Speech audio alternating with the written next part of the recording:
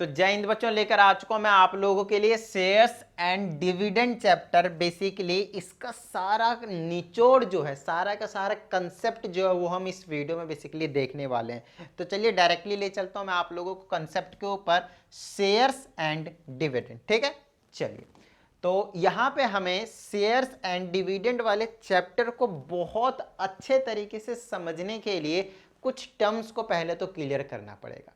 अगर ये टर्म्स आपको क्लियर होंगे तो आपको क्वेश्चन में एक्चुअल में समझ में आएगा यार कहा क्या जा रहा है। उसके बाद कैलकुलेशन सिंपल है ना। ऑलरेडी मैंने आप लोगों को जीएसटी वाला चैप्टर अच्छे से करवा दिया है, पूरा का पूरा कंप्लीट। उसके बाद आपके पास मैंने इसका करवा दिया, क्या कहते हैं इसको, बैंकिंग। उसके बाद हम आ रहे हैं आपके पास शेयर्स एंड डिविडेंड के पास। तो कहीं ना कहीं ये चैप्टर जो है वो थोड़ा बहुत कुछ रिलेट करेगा जीएसटी और बैंकिंग से, बाकी कुछ नहीं रिलेट करेगा, लगभग लगभग ना के बराबर रिलेट करेगा। माइनर सा, जैसे परसेंटेज टाइप की चीज़ें निकालने आ गए, उस टाइप की चीज़ें यहाँ पे आ सकते हैं, बाकी और कुछ खास चीज़ें नहीं आएंगी, है ना। परसेंटेज तो यार एक नॉर्मल सा टॉपिक है जो किसी भी चैप्टर में आ सकता है, राइट। चलिए, तो हम सबसे पहले ये समझने की कोशिश करते हैं, कुछ इतने सारे टर्म्स हैं, इतने सारे टर्म्स को पहले हम समझेंगे, उसके बाद हम आगे जाएंगे। सबसे पहले हम समझते हैं कि अपना जो कैपिटल रहता है वो क्या होता है। चीज़ों को समझने की कोशिश कीजिएगा कि जो कैपिटल रहता है वो क्या रहता है, ठीक है ना। कैपिटल क्या होता है, सबसे पहले हम ये समझने की कोशिश करेंगे। तो हम हमेशा आपका ही एग्जाम्पल लेंगे, है ना। मान लेते हैं आपने एक कंपनी स्टार्ट किया, लेट से उस कंपनी का नाम है ABC, ठीक है ना। यहाँ पे आप बैठे हुए हैं, आम आदमी पार्टी की बात नहीं कर रहा हूं मैं, आपकी बात कर रहा हूं, ठीक है, यू। तो आप यहाँ पे बैठे हुए और आपने ABC नाम की कोई कंपनी है, अपने हिसाब से आपको जो पसंद है वो नाम रख लीजिए। ABC की कंपनी जो है आपको क्या करना है, स्टार्ट करना है, ठीक है। स्टार्ट करना है, यस, आपको खोलना है, नई कंपनी बनानी, स्टार्टअप है, ठीक है। चलिए, तो क्या आपको इस कंपनी को बनाने के लिए पैसों की जरूरत नहीं पड़ेगी? पड़ेगी ना, यस पड़ेगी, बहुत ज़्यादा पैसों की जरूरत पड़ेगी। समझ में आती है इतनी बात। और कहीं ना कहीं ये इतना ज़्यादा पैसा होता है कि एक अकेले की बस की नहीं होती है। खैर अकेले की बस की होती है या नहीं होती है वो बात की बात है।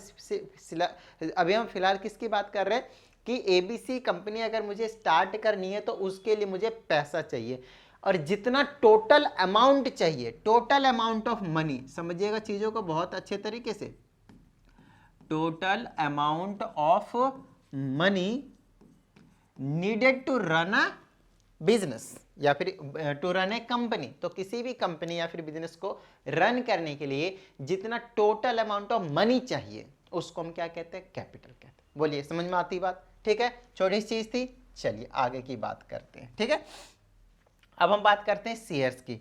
देखो यार, जब हम टोटल पैसा लगा दिया किसी भी कंपनी में, एक कंपनी को हमने स्टार्ट कर दिया, और अगर हमने उस टोटल कैपिटल, ध्यान समझिएगा, उस टोटल कैपिटल को छोटे छोटे टुकड़ों में बांट दिया, यस, छोटे छोटे टुकड़ों में अगर हमने उसको बांट दिया, तब हम उसको कहते हैं शेयर्स। क्या कहते हैं उसको, शेयर्स। तो बेसिकली एक छोटा सा स्मॉल पार्ट की बात कर रहा हूं, उसको हम शेयर कहते हैं। किसको शेयर कहते हैं, जो टोटल कैपिटल होगा, जितना पैसा हमने फूंक दिया एक कंपनी में, लगा दिया, बेसिकली इन्वेस्ट कर दिया, उसका एक छोटा सा, लेट से हमने एक में बहुत सारे जीरो लगा देता हूं, अपने हिसाब से देख लीजिएगा कितना भी लग रहा है, जितना भी दिख रहा है आपको, इतने सारे पैसे हमने एक कंपनी में लगा दिए स्टार्टअप में, स्टार्ट करने के लिए, तो इसको हम क्या कह रहे हैं, कैपिटल कह रहे हैं। अगर मैं इतने सारे अमाउंट को लेट से 1,00,000 हिस्सों में बांट देता हूं, 1,00,000 छोटे छोटे टुकड़ों में बांट देता हूं, तो 5 जीरो से 1 2 3 4 5 जीरो कट जाएंगे, तो ये क्या बचा आपके पास, हजार बच गए ना आपके पास। कितने बच गए आपके पास, 1000 बच गए। समझ में आती है इतनी बात। तो 1000 एक तरीके से क्या बचा, पैसा ही बचा, रुपए बचा हुआ है। तो ये जो 1000 रुपए जो बचे हैं वो आपके पास एक शेयर का कॉस्ट है, प्राइस है, बेसिकली प्राइस, ठीक है। समझ में आती है इतनी बात, ठीक है। चलिए, तो शेयर क्या है आपके पास, शेयर्स क्या है, एक छोटा सा टुकड़ा है, एक छोटा सा टुकड़ा है किसका, कैपिटल का, और कुछ नहीं, ठीक है। चलिए आगे, धीरे धीरे आपको सारी चीजें समझ में आएंगी। स्टार्टिंग में एक ही बार में सारी चीजें जनरली इस टाइप के चैप्टर्स में आपको एक ही टाइम पे नहीं आ सकती सारी चीजें, ठीक है। धीरे धीरे आ जाएंगे, सारी चीजें आ जाएंगी, टेंशन मत लीजिएगा। नेक्स्ट है शेयर होल्डर्स। तो एक चीज फिर से समझाते हैं, क्योंकि यहाँ पे शेयर होल्डर्स की बात आ चुकी है ना। शेयर होल्डर कौन होता है? जनरली शेयर होल्डर जो होता है शेयर को होल्ड करने वाला होगा। मतलब जनरली ये क्या होता है? जनरली क्या, कोई पर्सन हो सकता है या फिर कोई कंपनी हो सकती है, दूसरी कंपनी। जनरली एक पर्सन रहता है, ठीक है, या फिर कोई कंपनी अपने नाम पे ऊपर अगर शेयर को खरीद ले, परचेज कर ले, बाई कर ले, तो हम उसको कहते हैं भैया वो एक शेयर होल्डर है ना। चलिए कोई टेंशन वाली बात नहीं। फिलहाल समझ लिए कोई एक बंदा है, कोई एक पर्सन है जिसने क्या करें, किसी एक पर्टिकुलर कंपनी के कुछ शेयर ले लिए हैं। जैसे हमने यहाँ पे बता दिया आपके पास कि इतना सारा पैसा हमने लगा दिया था, उसका हमने क्या करा, 1000 बराबर बराबर हिस्सों में बांट दिया, छोटे छोटे टुकड़े में बांट दिया, मतलब उसको शेयर ले लिया, ठीक है। तो इस शेयर को खरीदने वाला, अगर किसी ने शेयर को खरीदा है तो उसको हम क्या कह रहे हैं? शेयर होल्डर कह रहे हैं। खत्म बात, ठीक है। चलिए, तो शेयर होल्डर आप लोगों को समझ में आ गया कौन है? शेयर को बाई करने वाला, शेयर को परचेज करने वाले को हम क्या कहेंगे? शेयर होल्डर कहेंगे, ठीक है। नेक्स्ट बात करते हैं हम डिविडेंड, ठीक है। नेक्स्ट किसकी बात करते हैं हम? डिविडेंड की बात करते हैं। मेरे हिसाब से इन सारे टर्म्स को क्लियर करवाने से पहले एक छोटी सी चीज इनसे हटके कुछ बता देता हूं, ताकि आप लोगों को मजा सा आ जाए, ताकि आप लोगों को मजा सा आ जाए। समझिएगा, आपको एक चीज पता चल गया कि कैपिटल क्या होता है। अब ये जो चीज मैं समझाऊंगा वो आपको समझ में आ जाएगा। कैपिटल टोटल पैसा होता है जितना हम कंपनी को खोलने के लिए, कंपनी को रन करने के लिए लगाते हैं। सिंपल सी बात है। शेयर क्या होता है? उसका एक छोटा सा टुकड़ा होता है, ठीक है। अच्छा, ये जो शेयर होता है उसको हम क्या करते हैं, जो चीज़ें आपको ये बुक में नहीं दी है, वो मे बी मैं वो समझा रहा हूँ, क्योंकि वो सारी चीज़ें अगर आपको समझ में आ गई नहीं जो बुक में नहीं दी है, दिमाग का खेल, आप हर एक क्वेश्चन को कर पाएंगे, ठीक है ना। आइए समझते हैं। तो सबसे पहले हम आईपीओ को समझने की कोशिश करते हैं। आईपीओ क्या होता है? इसका मतलब होता है इनिशियल पब्लिक ऑफरिंग, है ना। इनिशियल पब्लिक ऑफरिंग्स, ठीक है, ठीक है। उसके बाद अच्छा, पूरे का बता ही दिया यहीं पे तीनों, है ना। I for this, P for this and O for this, ठीक है। चलिए, इनिशियल पब्लिक ऑफरिंग है क्या, उस चीज को हम समझने की कोशिश करते हैं। तो इनिशियल पब्लिक ऑफरिंग एक्चुअल में क्या होते हैं? शेयर को किसी भी पर्सन को सेल करने के प्रोसेस को समझ लीजिए, उसको कहते हैं। अब समझाता हूं कैसे, कि एग्जांपल देके, ताकि ज्यादा अच्छे समझा सकूंगा मैं आप लोगों को। तो एग्जांपल लेते हैं फिर से, कि किसी कंपनी ने, ध्यान से समझिएगा, किसी भी कंपनी ने, देखिए, एक कंपनी को रन करने के लिए बहुत सारा पैसा चाहिए, और उन बहुत सारे पैसे को हम क्या कहते हैं? कैपिटल कहते हैं। तो इतना सारा कैपिटल आएगा कहां से? चीजों को समझिएगा बहुत अच्छे तरीके से। इतना सारा पैसा आएगा कहां से? तो उसके लिए क्या करती है company? BOD, board of directors, basically जो कंपनी रहते हैं उसके जो हेड रहते हैं, वो क्या करते हैं? शेयर्स निकाल देते हैं। क्या करते हैं? शेयर्स निकाल देते हैं। कहने का मतलब ये है कि वो क्या करते हैं, जितना पैसा चाहिए, लेट से उनको 500 करोड़ चाहिए, तो 500 करोड़ चाहिए उनको, और उन्होंने कहीं से इकट्ठे कर लिए अपने दोस्त वगैरह से, या फिर खुद के पैसे लगा दिए, लेट से 400 करोड़, ठीक है। 500 करोड़ चाहिए और 400 करोड़ उनके पास अपने पैसे हो गए, लेकिन 100 करोड़ अभी बाकी है। तो ये जो 100 करोड़ है, 100 करोड़ को क्या करेगा वो? इनिशियल पब्लिक ऑफरिंग, आईपीओ निकाल देगा। आईपीओ निकालने का मतलब ये है कि नॉर्मल जो सिंपल पब्लिक होते हैं उसको ऑफर दिया जाता है कि आप हमारे कंपनी के हिस्सेदार बन जाइए, आप हमारे कंपनी के एक तरीके से पार्टनर बन जाइए। जिस भी कंपनी के आईपीओ आप ले लेते हैं, इनिशियल पब्लिक ऑफरिंग, शेयर्स खरीद लेते हैं, तो जनरली आप उस कंपनी के मालिक बन जाते हैं। सबसे पहले तो इस बात को समझ लीजिए। बेशक आपके उसमें हिस्सेदारी 0.00000001% हो, फिर भी आप क्या हैं? उसके कंपनी के इतने मालिक हैं। इस बात को समझ लीजिए, अगर आप किसी भी कंपनी के आईपीओ को ऑन करते हैं तो, ठीक है। अच्छा, ऑन करने का क्या मतलब होता है? सिंपल सी बात है यार, कंपनी को 100 करोड़ पैसा चाहिए, उसने 100 करोड़ के लिए क्या करे, 5 लाख मान लो, तो 5 लाख, ठीक है। ये क्या है भाई? चलो, तो 1 2 3 4 5 6 7 8, इकाई दाई सैकड़ा हजार 10,000 लाख 10 लाख करोड़ 10 करोड़। तो 10 करोड़ नहीं चाहिए हमें, कितने चाहिए? 100 करोड़। इकाई दाई सैकड़ा हजार 10,000 लाख 10 लाख करोड़ 10 करोड़ 10 करोड़ अरब हो गए। तो हमें 100 करोड़ चाहिए थे, ये तो है ना, हमें तो 100 करोड़ ही चाहिए थे, तो ये तो ज़्यादा हो गए ना। तो ये कितने हो गए आपके पास? इकाई दाई सैकड़ा हजार 10,000 लाख 10 लाख करोड़ 10 करोड़। तो 10 करोड़, ये तो 10 करोड़ हो गए, हमें कितने चाहिए 100 करोड़ चाहिए, तो इसको 10 से और गुना करेंगे तो 100 करोड़ हो जाएगा, है ना। हाँ 100 करोड़ मतलब 1 अरब, सही बात है, चलिए ठीक है, अच्छी बात है। तो हमें क्या चाहिए 100 करोड़ चाहिए। अब 100 करोड़ चाहिए तो इसको मैं क्या करूंगा, लेट से 5 लाख, 5 लाख, एक इकाई दाई सैकड़ा हजार 10,000 लाख, 5 लाख, या फिर मान लेते हैं 50 लाख, इकाई दाई सैकड़ा हजार 10,000 लाख, 10 लाख, है ना। 50 लाख, 50 लाख शेयर में डिवाइड कर दिए, 50 लाख छोटे छोटे टुकड़ों में डिवाइड कर दिए। अब यहाँ पे 6 जीरो से 1 2 3 4 5 6, 2 2 4 2 6, 2 6 जीरो कट जाएंगे और 5 से इसको काटेंगे 2 और ये 2, तो 200 रुपये निकल कर आएंगे। मतलब एक शेयर का प्राइस कितना होंगे हमारे पास, सिर्फ 200 रुपये। अब चीज़ों को समझने की कोशिश कीजिएगा कि आईपीओ का क्या कहने का मतलब है, उस चीज़ को समझने की कोशिश कीजिएगा। अगर एक कंपनी को 100 करोड़ रुपीज चाहिए, 100 करोड़ पैसा चाहिए, तो 100 करोड़ किसी एक से ना लेने के बजाय वो क्या करते हैं, पब्लिक से लेते हैं।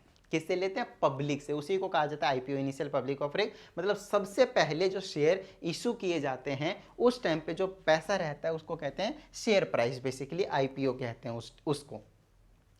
तो 200 रुपए का भी एक शेयर पड़ रहा है, अब कितने लोगों को दे देंगे, वो इतने सारे शेयर इश्यू कर दिए हैं, जिसको जितना लेना है, कुछ लिमिट भी देते हैं। अब जब भी कंपनी का आईपीओ आता है उसमें लिमिट भी रहता है कि आप बहुत सारे नहीं खरीद सकते, वरना कंपनी के कुछ परसेंट के मालिक बन जाएंगे, मतलब ठीक ठाक 10% 15%, तो कहीं ना कहीं आपकी हिस्सेदारी हो जाएगी। वो एक लीगल तरीके से हो जाता है, ध्यान रखेगा। वो आप कंपनी के मालिक, तो वो उतना ही देते हैं जितने में आप उसके एक नॉर्मल पर्सन रहे, एकदम 100% जाके वह मालिकाना वाला हक ना जताने लग जाए, है ना। इसीलिए आपने सुना भी होगा कि इस कंपनी का 30% शेयर तो इसके पास चला गया, अब तो ये उस कंपनी का लगभग मालिक बन गया। और 70-80% चला गया, फिर तो वही मालिक है, जो ओरिजिनल मालिक जिसका है होगा 30% अगर है उसका, तो कुछ नहीं है, वो तो नॉर्मल सी बात है।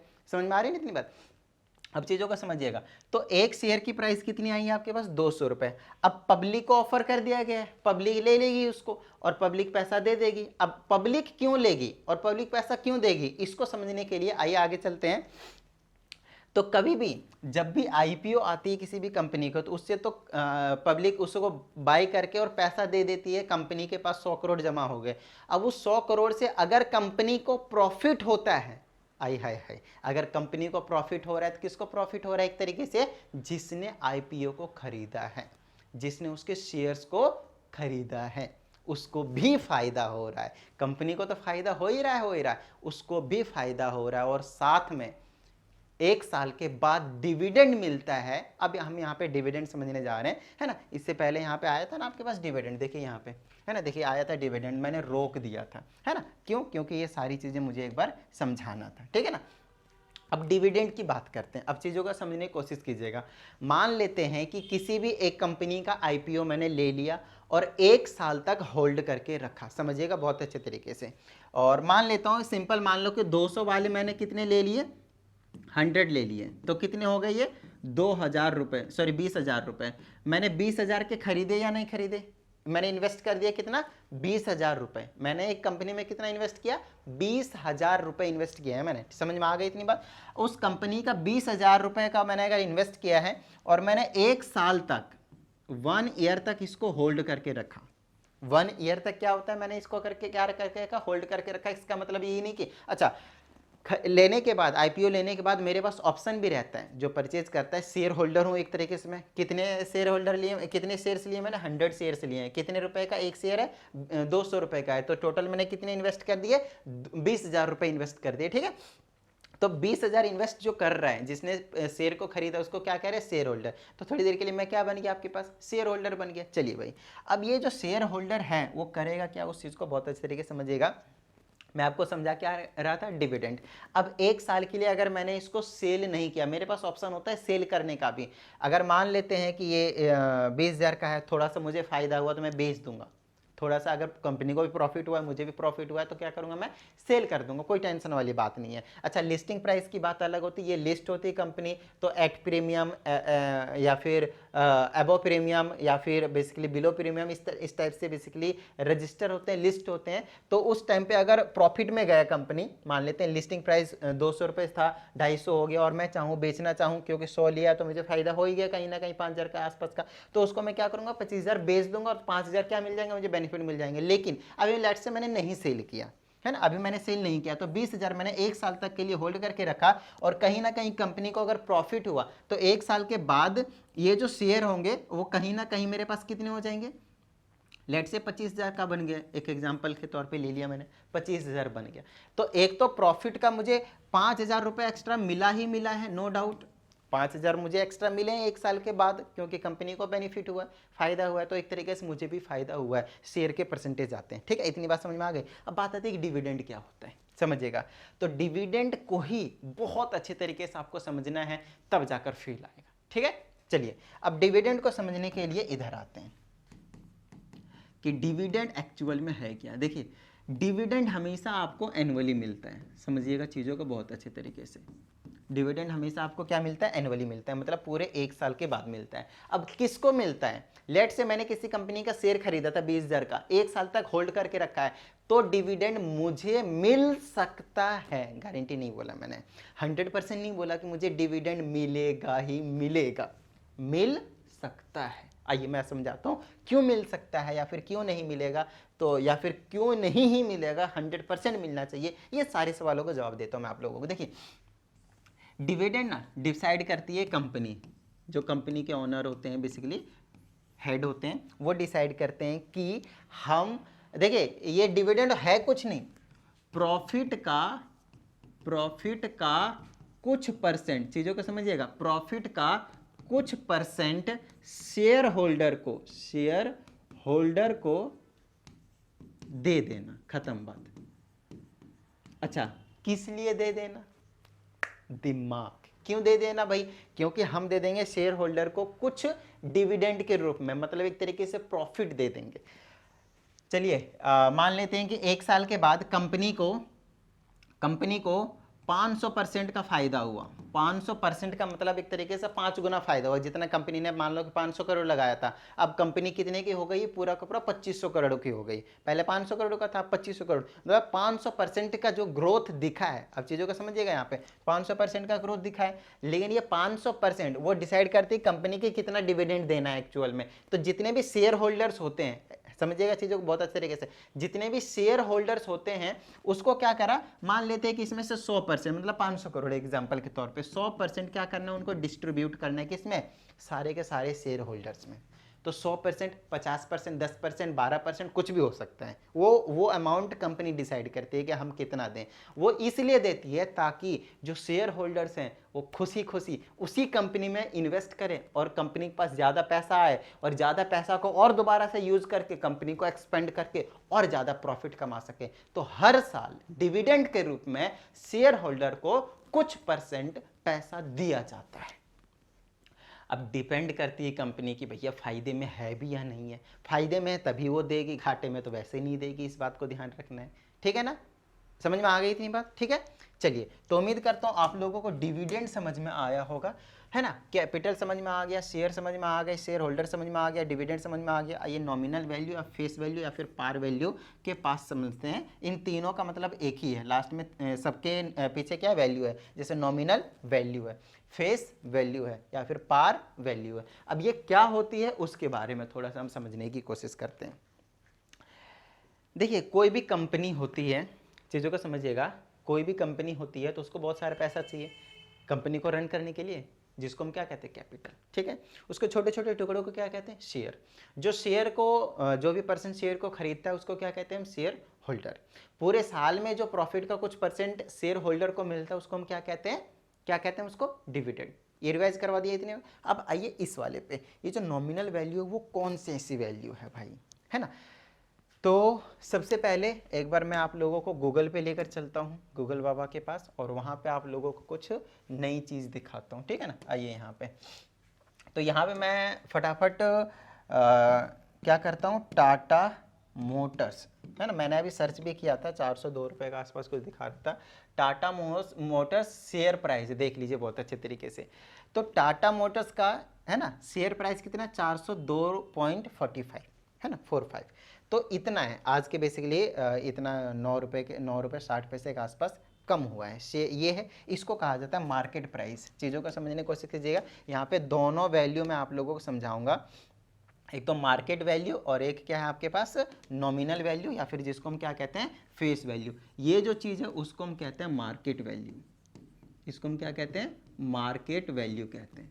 ठीक है, इसको क्या कहते हैं मार्केट वैल्यू कहते हैं। और जो मार्केट वैल्यू होती है वो चेंज होते रहता है, चेंज होते रहता है टाइम टू टाइम, है ना, टाइम पे, टाइम टू टाइम पे क्या रहता है ये चेंज होते रहता है। चीज़ों को समझने की कोशिश कीजिएगा। मैं पहले नॉमिनल वैल्यू ना समझाकर मैं क्या समझा रहा हूँ आप लोगों को, ये मार्केट वैल्यू समझा रहा हूँ। तो मार्केट वैल्यू क्या है, जिस टाइम पे, जैसे कि देखिए इस कंपनी की आईपीओ आई होगी कब, इनिशियल पब्लिक ऑफरिंग कब आती है, फर्स्ट टाइम ही आती है, जिस टाइम पे कंपनी को पैसे की नीड होती है।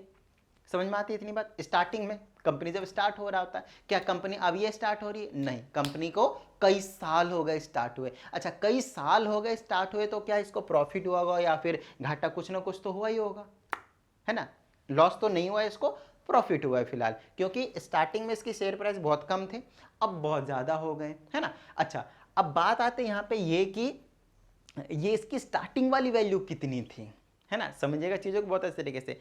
कंपनी डिसाइड करती है कि फेस वैल्यू स्टार्टिंग वाली वैल्यू कितनी रखी जाए, फेस वैल्यू स्टार्टिंग वाली वैल्यू कितनी रखी जाए। क्या 400 रखा है, नहीं, 400 तो बाद में बढ़ा है, 400 तो बाद में बढ़ा है। देखिए ये 1 दिन 5 दिन मान लेते हैं कि 6 मंथ का, यहाँ से नहीं दिखाएगा क्या, अच्छा इसको हटाना पड़ेगा तब जाकर हमें 6 मंथ का दिखेगा, अरे नहीं दिख रहा है, इसको उड़ाना पड़ेगा तब जा शायद दिख जाए। देखिए पास्ट कितने आपके पास 6 मंथ का है, और भी दिखा दूं आप लोगों को, 5 साल का दिखा देता हूँ। देखिए 5 साल में अगर आप नोटिस करें तो यहाँ पे अगर आप देखें तो वैल्यू क्या है ज़्यादा है, लेकिन यहाँ पे अगर आप नोटिस करें वैल्यू कितना, सिर्फ 65 रुपीज़ है।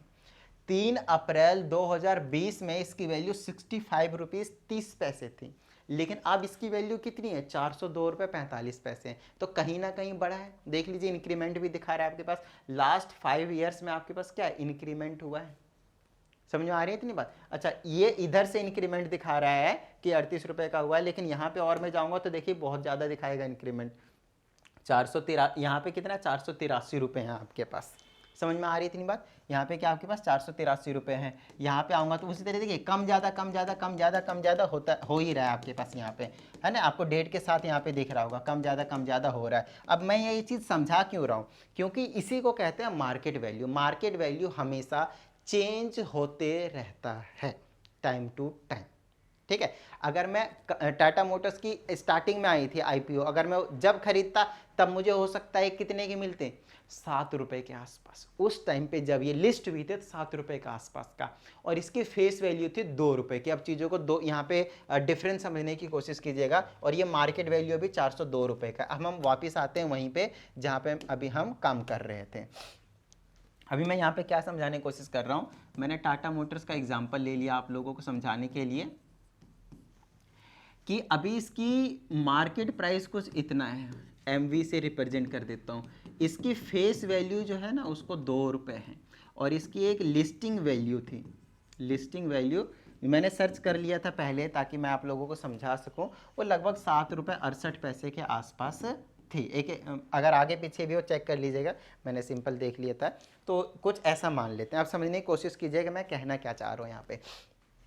ये मार्केट वैल्यू है, ये आज आपको 402 रुपये दिख रहा है, कल आप टाटा शेयर का टाटा मोटर्स का शेयर प्राइस सर्च कर लीजिएगा, ये नहीं दिखेगा, कुछ कम ना कम ज़्यादा होएगा। तो इसको क्या कह रहे हैं मार्केट प्राइस कह रहे हैं। एक है फेस वैल्यू। फेस वैल्यू वो वैल्यू होती है जिस टाइम पे मान लेते हैं कि 5 लाख शेयर जो हैं वो कंपनी ने इशू किए आईपीओ के तौर पर, 5 लाख शेयर, और एक शेयर का प्राइस रख दिया 2 रुपये। तो कहीं ना कहीं कंपनी का जो सिस्टम था वो कितना हो गया, 5 लाख गुने 2, है ना, 10 लाख हो गया भाई। तो 10 लाख रुपए कंपनी को मिल गए, पहले की टाइम की बात है, उस टाइम पे 2 रुपये इसकी फेस वैल्यू रखी गई थी। लेकिन ये जो चीज़ है ध्यान दे रखिएगा, ये फेस वैल्यू है, कंपनी ने डिसाइड कर ली कि हम 5 लाख शेयर इशू करेंगे 2-2 रुपये वाले, जिसकी फेस वैल्यू इसको कहा जाता है, और ये हमेशा फिक्स रहता है। क्या रहता है, ये हमेशा फिक्स्ड रहता है, ये कभी भी चेंज नहीं होता है। फेस वैल्यू जो सबसे पहले डिसाइड किया जाता है कंपनी द्वारा कि हम कितने का रखें, रख दिया यहाँ पे इतने का, बस खत्म बात, आगे समझिएगा। देखिए अभी जो मैं आप लोगों को करवा रहा हूँ ना, सिंपल यही चीज़ नहीं करवा रहा हूँ, एक तरीके से पूरा चैप्टर को रिवाइज करवा रहा हूँ मैं आप लोगों को, पूरे चैप्टर का कंसेप्ट बता रहा हूँ मैं आप लोगों को। कहीं आपको लग रहा होगा कि मैं गूगल पे चला गया कुछ भी करवा रहा हूँ, कुछ भी देख रहा हूँ, कुछ भी दिखा रहा हूँ आप लोगों को, ऐसा नहीं है। इन सारी चीज़ों को दिमाग में रखिएगा ना तो क्वेश्चन ऐसे चुटकी में बनेंगे। समझ में आ रही थी ना बात, प्रैक्टिकली सोचने की कोशिश कीजिएगा, ठीक है। चलिए, तो 2 रुपए का था, वो फिक्स्ड रहता है आपके पास, लेकिन लिस्टिंग प्राइस जिस टाइम पे आईपीओ आया ना, उस टाइम पे लोगों को जो फर्स्ट टाइम मिल रहा है वो लगभग इतने का मिल रहा है। अब ये क्या है, अब ये क्या है, तो समझिएगा लिस्टिंग प्राइस क्या है आपके पास। लिस्टिंग प्राइस में फेस वैल्यू तो रहता ही रहता है, साथ में कंपनी कुछ प्रीमियम लगा के, प्रीमियम मतलब कुछ बढ़ा के लेना चाहती है पब्लिक से, तो उसके लिए ये वाली वैल्यू आती है 7 रुपये 68 पैसा। मतलब इससे तो फेस वैल्यू तो ज़्यादा ही आएगी, लिस्टिंग वाली वैल्यू बेसिकली। समझ में आई इतनी बात, ठीक है। उसके बाद ये वाली लिस्ट हो गया फर्स्ट वाले वैल्यू, उसके बाद फिर ये टाइम टू टाइम चेंज होता रहता है, और उसी को हम क्या कह देते हैं, मार्केट वैल्यू। अब चीज़ों को समझिएगा, जिस टाइम पे ये आईपीओ लिस्ट हुई थी उस टाइम पे खरीदा तो 7 रुपये 68 पैसा का मिलता मुझे। अब मैं खरीदने जाऊंगा ना, अब मैं खरीद सकता हूँ शेयर, नो प्रॉब्लम, लेकिन अगर कंपनी ने ओपन रखा है, आप खरीद सकते हैं या नहीं खरीद सकते हो, कंपनी पे अगेन डिपेंड करता है। तो कंपनी जनरली मोस्टली आपको खुले हुए मिलेंगे, तो 402 रुपये का मिलेगा मेरे को। पहले मुझे 7 रुपये का मिलता और अब 402 रुपये का मिलता है। इसका मतलब ये है कि जब ये कंपनी इस्टेब्लिश हुई थी, आईपीओ जब इसकी आई थी, मैं खरीद लेता और अभी तक छोड़ देता तो अब उसकी एक शेयर का प्राइस इतना हो जाता, और अगर मैंने 1000 शेयर खरीद लेता होता तो अभी तक मैं करोड़पति बन जाता, है ना, करोड़पति में बन जाता है। तो कहीं ना कहीं इससे आप एक बिजनेस आइडिया लगा सकते हैं। लोगों ने धंधा बना रहा है, बिजनेस खुद का वो कर रखा है, पूरा टाइम इसी में दे देते हैं, इन्वेस्ट कर देते हैं, ताकि यहाँ से पैसे जनरेट कर सकें, पैसा से पैसा बना सकें। बताइए भाई, यहाँ तक समझ में आ गई इतनी बात। तो मैं कहाँ था, नॉमिनल वैल्यू समझ में आ गया, नॉमिनल हो, फेस हो या फिर पार हो, बता दिया एक ही है, तीनों का मतलब है वो वाली वैल्यू जो बिल्कुल फिक्स है, वो कभी भी चेंज नहीं होगा। लेकिन मार्केट वैल्यू वो है जो डेली चेंज होता रहता है, डेली क्या रहता है आपके पास, चेंज होते रहता है, ठीक है ना। तो आपके पास बहुत सारे ऐप है बेसिकली इन्वेस्ट करने के, मैं किसी का प्रमोशन नहीं कर रहा हूँ। ग्रो हो गया आपके पास, अपस्टॉक्स हो गया आपके पास, आईएनडी मनी हो गया, एंजल मनी, जितने भी आ रहे हैं आपके पास दुनिया भर के आए हुए, लेकिन ये जनरली कुछ ट्रस्टेड वाले हैं, ठीक है। तो वहाँ पे आप जाके किसी भी कंपनी का शेयर खरीद के छोड़ सकते हैं 1 साल 2 साल के लिए, और भूल जाइए उसको, ठीक है ना। पहले रिसर्च कर लीजिएगा किस कंपनी की आगे चल के ग्रोथ होगी, उस पर इन्वेस्ट करना है आप लोगों को। समझ में आती है इतनी बात, अगर करना है तो, ठीक है ना। चलिए, तो यहाँ तक आप लोगों को समझा दिया मैंने क्या है। अब छोटी छोटी चीज़ें समझाऊंगा, वो जो चीज़ें होंगी वो आपको तुरंत ही समझ में आ जाएंगे, है ना, अब टाइम नहीं लगेगा। अब आइए यहाँ पे 3 चीज़ें की बात करेंगे। A share is said to be at premium or above par if its market value is greater than face value। समझ में आ गई इतनी बात। तो जनरली क्या होता है आपके पास, मार्केट वैल्यू समझिएगा बहुत अच्छे तरीके से, मार्केट वैल्यू अगर ज़्यादा है किससे, फेस वैल्यू से। जैसे कि 2 रुपये था और मार्केट वैल्यू अभी कितना है, 402 रुपये, तो हम इसको क्या कहेंगे, एट प्रीमियम, मतलब वो फायदे में, प्रीमियम मतलब फायदे में ना, जिसको अबव पार बोलते हैं, है ना, जो एक पार फिक्स है सेंटर वाली लाइन उससे ऊपर है। नेक्स्ट बात करते हैं एट पार। एट पार का क्या मतलब है, जितनी फेस वैल्यू तो उतना ही क्या है आपके पास, उतना ही क्या है आपके पास, मार्केट वैल्यू, खत्म बात। अगर दोनों इक्वल हैं तो उसको हम कहते हैं एट पार। नेक्स्ट आपके पास एट डिस्काउंट, या फिर आप बिलो पार कह दीजिए। ये कौन सा केस हो जाएगा, जब मार्केट वैल्यू फेस वैल्यू से भी कम हो जाए। जैसे 2 रुपये था अभी टाटा मोटर्स का फेस वैल्यू लेट से, है ना, और अब अगर टाटा मोटर्स का भी 402 रुपये, 402 रुपये से गिर के अगर 1 रुपये पे आ जाए उसका शेयर प्राइस, मार्केट प्राइस जो अभी मार्केट वैल्यू बताया, क्या हो जाएगा, हम उसको क्या कहेंगे, एट ए डिस्काउंट, या फिर उसको हम क्या देंगे, क्या है वो, बिलो पार में चला गया। इस केस में मार्केट वैल्यू क्या हो जाती है, कम हो जाती है, किससे, फेस वैल्यू से। समझ में आ गई इतनी बात, ये छोटी चीज़ है। चलिए आगे की बात करते हैं। कुछ इंपॉर्टेंट पॉइंट्स हैं, खास करके आपको इनको समझना है और याद रखना है। इसमें कहा जाता है the face value of the share always remains the same. क्या अभी ये चीज मैंने आप लोगों को नहीं बताया, यही तो बता रहा हूं यार, जब से फेस वैल्यू हमेशा फिक्स रहता है। The market value of a share changes time to time. बताओ भाई, ये भी नहीं बताया अभी आप लोगों को, बता चुका हूं। Dividend is always paid on the face value of a share. खास बात भाई आ गया यहाँ पे, बहुत इंपॉर्टेंट बात, बहुत ज्यादा इंपॉर्टेंट बात। अगर अब समझिएगा, मान लेते हैं कि किसी ने टाटा मोटर्स का 2 रुपये का, मान लेते हैं 10 रुपये का किसी ने खरीदा था शेयर, जो 10 रुपये का खरीदा था, और अभी मान लो कि अब वो अभी तक होल्ड करके रखा हुआ है, तो कहीं ना कहीं फायदा हो रहा है। 1 साल के लिए मानिए, सिर्फ 1 साल के लिए होल्ड करके रखा है, तो एनुअली में डिविडेंड मिलता है 1 साल के लिए, और कंपनी को फायदा भी हो गया। तो जितना भी फायदा हुआ होगा उसको कुछ % डिविडेंड के रूप में देगा, किसको? शेयर होल्डर को। लेकिन लेकिन लेकिन कितना % देगा? और जितना भी % होता है वो किसका होता है? हमेशा फेस वैल्यू का होता है, मार्केट वैल्यू का कभी नहीं होता। मार्केट वैल्यू का कभी नहीं होता। एक एग्जांपल लेते हैं, किसी भी कंपनी का 10 रुपए का शेयर है और मैंने 100 खरीद लिए, 100 शेयर्स खरीदे हैं, 10 रुपए का 100 शेयर्स खरीदा है, तो इन्वेस्टमेंट कितना हो गया मेरा? इन्वेस्टमेंट कितना हो गया आपके पास? 1000 रुपए हो गया। अब कंपनी चाहती है कि हम आपको 10% का डिविडेंड देंगे। कंपनी चाहती है कि हम आपको 10% का डिविडेंड देंगे, मतलब पूरे साल 1 साल के बाद हम आपको 10% का डिविडेंड देंगे। तो आपने 100 शेयर खरीद लिए, मतलब इन्वेस्टमेंट कितनी कर दी हमने? 1000 रुपए। तो अब ये बिल्कुल मत समझ लीजिएगा कि आपको 1000 रुपए का 10% बोले तो 100 रुपए एक्स्ट्रा मिलेगा, नहीं, यही तो गड़बड़ है। क्यों गड़बड़ है? क्या गड़बड़ है ये समझाते हैं। क्योंकि डिविडेंड जो पे करती है कंपनी, हमेशा फेस वैल्यू पे पे करती है, कभी भी, यस, कभी भी मार्केट वैल्यू पे नहीं करती है। और ये जो आपने 10 रुपए का लिया है वो उसका मार्केट वैल्यू है, मैच्योरिटी वैल्यू नहीं है। बैंकिंग में हम इसको मैच्योरिटी वैल्यू के नाम से जानते थे, यहाँ पे मार्केट वैल्यू की बात कर रहे हैं, ध्यान रखिएगा, ठीक है ना। क्योंकि अभी हम शेयर एंड डिविडेंड्स की बात कर रहे हैं, मैच्योरिटी वैल्यू कभी आएगा नहीं जनरली, बट हाँ ध्यान रखना है कि यहाँ पे हम मार्केट वैल्यू की बात कर रहे हैं। ये है मार्केट वैल्यू। हो सकता है उस कंपनी का जो फेस वैल्यू हो, FV बोल देंगे यहाँ पे, फेस वैल्यू, वो 5 रुपए हो, तो आपको 5 रुपए के हिसाब से 100 शेयर का कितना हो गया आपके पास? 500 रुपए। तो 500 रुपए का 10% जो है वो आपको देने वाली है, मतलब सिर्फ 50 रुपए मिलने वाले हैं आपको। 100 रुपए नहीं, कितना? 50 रुपए, है ना। और वो तो वेरी करेगी डिपेंडिंग किया उसका फेस वैल्यू क्या था, वो तो मैंने आपको एक एग्जांपल लेकर बताया। बताइए भाई, यहाँ तक किसी तरह की कोई प्रॉब्लम? ठीक है, नॉर्मल सी बात है। चलें आगे। चलिए नेक्स्ट आपके पास सम इंपॉर्टेंट फॉर्मूला, बहुत ज़्यादा इंपॉर्टेंट है यार, बहुत ही ज़्यादा इंपॉर्टेंट है फॉर्मूला।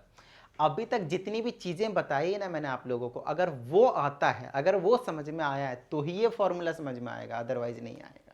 बट ठीक है, अगर आपको पीछे थोड़ा बहुत कुछ डाउट रहा है तो इसको समझने की कोशिश कीजिए, शायद आ जाए। ना आए तो एक बार और वीडियो को देखिएगा, फिर आएगा। थोड़ा सा टाइम लग सकता है आप लोगों को, ठीक है। चलिए यहाँ पे बात करेंगे तो कहा जाता है कि number of shares held by a person.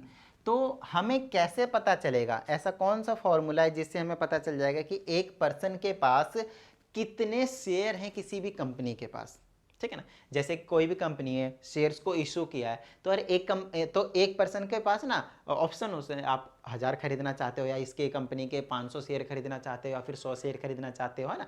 तो कितने शेयर हैं उसके पास, अगर वो आपको पता करना है तो आपको किन किन चीज़ों के बारे में पता होना चाहिए, कौन सी वैल्यू के बारे में पता होना चाहिए, ताकि आप उसके नंबर ऑफ शेयर जो है वो बता सकेंगे। तो समझिएगा, सबसे पहला है आपने टोटल इन्वेस्टमेंट कितना किया है, और उसमें इन्वेस्ट कितना किया है एक शेयर में। आइए मैं आपको अभी समझाता हूँ।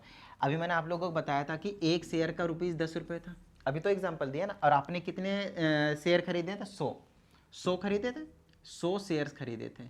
तो आपका जो इन्वेस्टमेंट हो गया, इन्वेस्टमेंट जो हो गया वो एक तरीके से 1000 रुपये हो गया। एक तरीके से क्या 1000 रुपये ही हुए हैं, बताइए, है ना। एक शेयर का प्राइस 10 रुपये है, 100 आपने शेयर खरीदे, टोटल 1000 रुपीज़ आपने इन्वेस्ट कर दिए। तो कहता है कितना टोटल इन्वेस्टमेंट किया आपने? तो 1000 किए। और एक शेयर में कितना इन्वेस्ट किया था? देखिए ये नीचे, इन्वेस्टमेंट इन 1 शेयर कितना किया था? 10 रुपये। डिवाइड कर दो, कितना आया? 100। यहाँ पे देखो 100 शेयर ही तो खरीदे थे हमने। समझ में आ गई इतनी बात? सिंपल है। चलिए आगे की बात करते हैं यहाँ पे। अच्छा, अगर आप ऐसा नहीं पता करना चाहते तो दूसरे तरीके से, अगर आपको दूसरे वैल्यूज पता है तो आप उससे भी पता कर सकते हैं क्या, कि नंबर ऑफ शेयर उस किसी भी पर्सन के पास कितना है। समझ में आती है इतनी बात? ठीक है। अब दूसरा तरीका भी समझा देते हैं, टेंशन मत लीजिए। आइए दूसरे वाले तरीकों को समझने की कोशिश करते हैं। इसमें कहा जाता है आपको टोटल इनकम कितना हुआ, फायदा कितना हुआ, है ना। मान लेते हैं वही वाला, फिर से वही वाला एग्जाम्पल लेता हूँ। 10 रुपये वाले शेयर मैंने 100 शेयर्स खरीदे हैं, ठीक है। और आपको कितने मिले हैं? तो आपने इन्वेस्टमेंट कितने कर दिया? 1000। इन्वेस्टमेंट कितने कर दिया आपने? 1000 रुपये कर दिए। मान लेते हैं कि कुछ टाइम बाद आपको इसका जो है ना 1500 बन गया। 1000 का कितना हो गया आपके पास 1500। ठीक है, तो ऊपर कह रहे हैं कि टोटल इनकम कितना हुआ, तो इनकम कितना हुआ आपके पास 500 हो गए। बोलिए हाँ या नहीं। 500 क्या हुआ आपके पास इनकम हुए। ठीक है, चलिए अब क्या आता है इनकम फ्रॉम 1 शेयर। अब बताइए कि एक शेयर से आपके पास कितना इनकम आया होगा। तो देखिए हमारे पास 100 शेयर थे, एक तरीके 100 शेयर थे, तो बढ़ा कितना है 1500। 1500 गए ना, तो एक तरीके से 500 रुपये एक्स्ट्रा आए हैं। 500 आए ना, तो 100 शेयर थे आपके पास, इससे इसको उड़ा देंगे तो 5 आ जाएगा आपके पास। तो मतलब एक तरीके से 5 रुपये हर शेयर। आपको ये चीज़ गिवन होंगे, नहीं टेंशन मत लीजिए। एक शेयर से मुझे 5 रुपये का फायदा हुआ है, तब जाकर मेरे पास 1500 रुपये हो गए होंगे। अब इसे इसको काट दिए तो आपको पता चलेगा कि आपने कितने शेयर्स लिए थे, 100 शेयर्स लिए थे।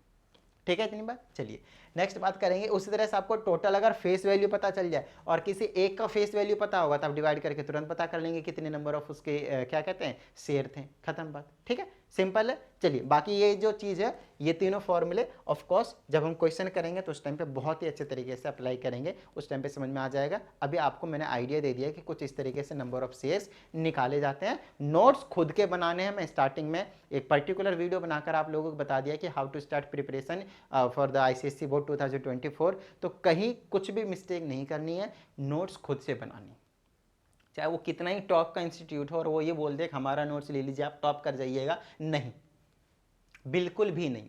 खुद के बनाए हुए नोट्स से पढ़ना है। ठीक है, चलो तो नोट्स बनाते जाना है आप लोगों को साथ में। अब आइए हम नेक्स्ट की बात करते हैं डिविडेंड, या फिर आप ये भी कह सकते हैं कि income of a share holder. कह सकते हैं ना, डिविडेंड का क्या मतलब है, कितना इनकम हुआ है, किसको, शेयर होल्डर को, जिसने शेयर खरीदा हुआ है ना शेयर होल्डर। तो शेयर होल्डर को कितना फायदा हुआ है, उसी को क्या कह रहे हैं, डिविडेंड कह रहे हैं, है ना। चलिए तो या फिर इनकम कह दिए की बात। तो face value, number of share and rate of dividend divide by 100, ये चीज़ है। अब ये वाला चीज़ अच्छे से आप लोगों को समझ में नहीं आएगा, मैं आपको 1 मिनट में समझा दूंगा। कैसे, आइए मैं आपको समझाता हूँ। एक चीज आपको पहले बता दिया कि डिविडेंड जो मिलता है हमेशा किस पे मिलता है, फेस वैल्यू पे। यस, डिविडेंड किस पे मिलता है आपको, फेस वैल्यू पे मिलता है। डिविडेंड आपको किस पे मिलता है, फेस वैल्यू पे। तो फेस वैल्यू किसी का मान लेते हैं 10 रुपए एग्जाम्पल के तौर पे, है ना, इजी होता कैलकुलेशन इसलिए 10 ले लेता हूँ मैं बार बार। और मान लेते हैं कि नंबर ऑफ शेयर कितने लिए आपने, फिर से 100 ले लिए। तो कहीं ना कहीं फेस वैल्यू 10 है। देखिए आपने 100 शेयर खरीदे, बेशक आपने 50 रुपए का खरीदा है, लेकिन आपको डिविडेंड जो मिलेगा, जो इनकम एनुअली वाले जो मिलेंगे साल में, वो किस पे मिलेंगे, फेस वैल्यू पे। तो मार्केट वैल्यू आप ले ही नहीं सकते, जिस टाइम पे आपने जितने का खरीदा वो वाली वैल्यू आप ले ही नहीं सकते। वैल्यू आप कौन सा लेंगे, तो आप लेंगे फेस वैल्यू। तो आपने फेस वैल्यू 10 रुपए था, आपने 100 शेयर खरीदे थे, तो आपने लगा दिया कितना, 1000 रुपए। मतलब एक तरीके से मैं कह सकता हूं ये दोनों चीज कुछ और नहीं है, इन्वेस्टमेंट है, इन्वेस्टमेंट है। बट खास बात यहां पे ध्यान रखना है, डायरेक्टली इन्वेस्टमेंट नहीं कह सकते, इन्वेस्टमेंट इन face value price. Yes, face value price की बात कर रहा हूं मैं। अगर आपने यहां पे मार्केट वैल्यू ले लिया तो आप डिविडेंड नहीं निकाल रहे हैं, तो आप डिविडेंड नहीं निकाल रहे हैं, इस चीज को ध्यान रखिएगा। अब कंपनी बेवकूफ नहीं है कि वो आपको मार्केट वैल्यू पे आपको डिविडेंड दे दे, बिल्कुल भी नहीं। अब चीजों को समझिएगा। मान लेते हैं टाटा मोटर्स का प्राइस का भी कितना है, 402 रुपये 45 पैसा। मान लेता हूं कि एक साल पहले टाटा मोटर्स की जो प्राइस थी वो 200 रुपये थी, एक एग्जाम्पल के तौर पे 200 रुपये थी। अब चीज़ों को बहुत अच्छे तरीके से समझिएगा। 200 रुपये में आपने खरीदा, एक साल के बाद जब आपको डिविडेंड मिलने की बारी आई तो उसकी वैल्यू 402 रुपये 45 पैसा हो चुका है। तो कहीं ना कहीं 202 रुपये 45 पैसे की बढ़ोतरी हुई, इंक्रीमेंट हुई है उसके शेयर में, शेयर प्राइस में बेसिकली। हाँ सर, तो अगर कंपनी अपने बेनिफिट का कुछ परसेंट मार्केट वैल्यू पे, जो अभी 402 रुपये 45 पैसे हो गए, अगर उस पर देने लग गए तो कंपनी तो लुट गई, बर्बाद हो गई। तो कंपनी कभी भी मार्केट वैल्यू पे डिविडेंड, आपका जो इनकम है साल में जो भी है वो परसेंटेज आपको जो डिस्ट्रीब्यूट करती है, वो कभी भी मार्केट वैल्यू पे नहीं देती। किस पे देगी, फेस वैल्यू पे। लिस्टिंग वैल्यू पे भी नहीं देती, फेस वैल्यू पे देती है। समझ में आई इतनी बात, ठीक है। तो आपको ये इन्वेस्टमेंट समझना है, लेकिन किस टर्म में? फेस वैल्यू के टर्म में। अब आपको पता चला कि आपने 1000 रुपये इन्वेस्ट करे थे, किस टर्म में? फेस वैल्यू के टर्म में। तो इसका मान लेते हैं रेट ऑफ परसेंट 5% दिया, 10% कंपनी की डिपेंड करती है, मान लेते हैं 10% दिया तो 10/100 करेंगे, तो 2 0 कौन क्या मल्टीप्लाई कर दिया, मतलब 100 रुपीज़ का आपको डिविडेंड मिला है। 1000 रुपये इन्वेस्ट किया था और 10% दे रहे हैं, तो एक तरीके से 1000 रुपये इन्वेस्ट किया था, आपने इन्वेस्ट ज़्यादा भी किया होगा, लेकिन मैं फेस वैल्यू ले रहा हूँ इसलिए 1000 रुपये आया हुआ है, तो फेस वैल्यू पे ही डिविडेंड मिलता है। 10% दिया तो 100 रुपये का डिविडेंड मिल गया साल में, खत्म बात। समझ में आई इतनी बात? ठीक है, इस चीज़ को बहुत अच्छे से समझना है आप लोगों को। आइए नेक्स्ट की बात कर लेते हैं। अच्छा, और भी कुछ यहाँ पे फॉर्मूले हैं। थर्ड वाला फॉर्मूला, फर्स्ट सेकंड, ये थर्ड वाला फॉर्मूला है। कहा जाता है इन्वेस्टमेंट आपने कितना किया या फिर सेल प्रोसीड्स कितना है, उसी को कहा जाता है इन्वेस्टमेंट के लिए या फिर सेल प्रोसीड्स के लिए, एक ही बात है। इसमें कहा जाता है नंबर ऑफ शेयर्स और साथ में मार्केट वैल्यू। सिंपल सा लॉजिक यार। एक बात बताइए, अगर अभी आप इन्वेस्टमेंट करना चाहते हैं, अगर अभी आप इन्वेस्टमेंट करना चाहते हैं, तो अभी मैंने आप लोगों को टाटा मोटर्स दिखाया कि यार उसकी प्राइस जो है वो 402 रुपये 45 पैसे हैं, तो एक शेयर का प्राइस है ये, तो ये क्या आपके पास एक शेयर का प्राइस है। समझ में आ गई इतनी बात? अगर आप इन्वेस्टमेंट करना चाहते हैं तो आप कितने शेयर लेना चाहते हैं? कितने शेयर लेना चाहते हैं? मान लेते हैं 500 शेयर लेना चाहते हैं, तो 500 शेयर बोले तो नंबर ऑफ शेयर्स हो गए और साथ में मार्केट वैल्यू। अगर अभी आप लेने जाएंगे टाटा मोटर्स का, तो भैया ये आपको 10 रुपये का नहीं मिलेगा, जो अभी मार्केट वैल्यू वही मिलेंगे आपको। तो मार्केट वैल्यू और इनटू में आप कितने शेयर्स लेना चाहते हैं मल्टीप्लाई कीजिए, जितना टोटल पैसा आएगा वो आपका इन्वेस्टमेंट हो जाएगा। मान लेते हैं कि इनको मल्टीप्लाई करके 500 के 20 है ना, लगभग कितना आ जाएगा? 00 आ जाएगा, 20,000 के आसपास आ गया। समझ में आ गई इतनी बात? तो आपने 20,000 क्या कर दिए? लगा दिए। 20,000 आएगा, 2 लाख आएगा, मल्टीप्लाई करके देख लीजिएगा। तो मान लेते हैं कि 20,000 हमने क्या कर दिया? लगा दिया। समझ में आ गई? तो उसको हम क्या कह रहे हैं? इन्वेस्टमेंट कह रहे हैं। तो एक साल के बाद हो सकता है वो 22,000 बन जाए, 25,000 बन जाए, 30,000 बन जाए। अगर कंपनी की वो प्रॉफिट में जाती है तो शेयर प्राइस उसके बढ़ेंगे भाई, है ना, तो आपको प्रॉफिट हो रहा है। ठीक है, इतनी बात समझ में आ गई? चलिए, तो उम्मीद करता हूँ इसमें मजा सा आ गया होगा आप लोगों को। नेक्स्ट की बात करते हैं यील्ड रेट, या फिर रेट ऑफ रिटर्न भी कहते हैं, या फिर मनीज वर्थ भी कहते हैं। बहुत ज़्यादा सिंपल होता है ये जो चीज़ है वो बहुत ही ज़्यादा सिंपल होता है। आइए समझने की कोशिश करते हैं। अगर आप यील्ड रेट की बात करते हैं तो आपका कुछ नहीं है यार, जो डिविडेंड मिला है ना वो कितना परसेंट है वही पता करने का है और कुछ नहीं।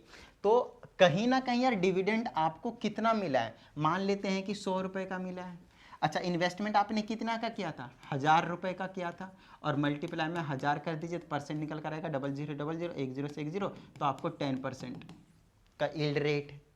तो जो डिविडेंड मिलता है वो कितना परसेंट है बेसिकली, बस वही है आपके पास यील्ड रेट और कुछ नहीं है। समझ में आ गई इतनी बात? क्लियर हो गई? डन है? फील आया? मज़ा सा आ गया होगा, उम्मीद करता हूँ ऐसा मैं। तो अगर अभी तक भी आप लोगों ने वीडियो को लाइक नहीं किया तो फटाफट लाइक कर दीजिए, और साथ ही अगर आप इस चैनल पे एक नए स्टूडेंट हैं तो चैनल को सब्सक्राइब करके बेल आइकन को जरूर प्रेस कीजिएगा। चलिए मिलते हैं अगली वीडियो में, और अगली वीडियो में लेकर आऊँगा ऑफकोर्स आप लोगों के लिए क्वेश्चंस को नहीं छोड़ना है, कंसेप्ट के साथ साथ आपको क्वेश्चंस भी समझने हैं बहुत ही अच्छे तरीके से। तो चलिए मिलते हैं अगली वीडियो में। जय हिंद।